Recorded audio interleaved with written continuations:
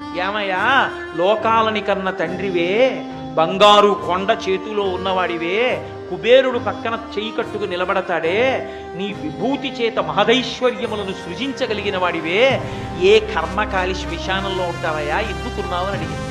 పార్వతి, నా కర్మ కాలి కాదు, నాకు చేత కాక కాదు, నాకు 100 గజాల స్థలం లేక కాదు, ఈ సమస్త భూమండలము నాది, అన్ని బ్రహ్మాండములు నావి. ఎందుకున్నానో తెలుసా? 2 కారణములకున్నాను.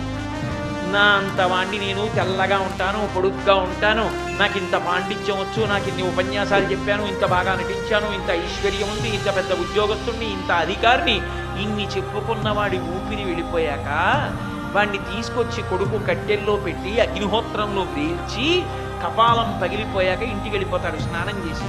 అప్పుడు ఆ జీవుడు శరీరంలోంచి పైకి లేచి నిల్చుంటాడు.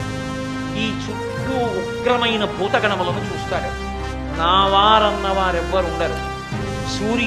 సూర్యాస్తమయానికి ముందే ప్రేత సంస్కారం అవుతుంది కాబట్టి తిరిగి తన ఇంటికి వెళ్ళలేడు. ఆ శరీరంతో ఇక పంపరు బయటికి. కాబట్టి పగలున్నంతసేపు అక్కడే ఉండాలి. అవన్నీ చూసి హడిలిపోతాడు.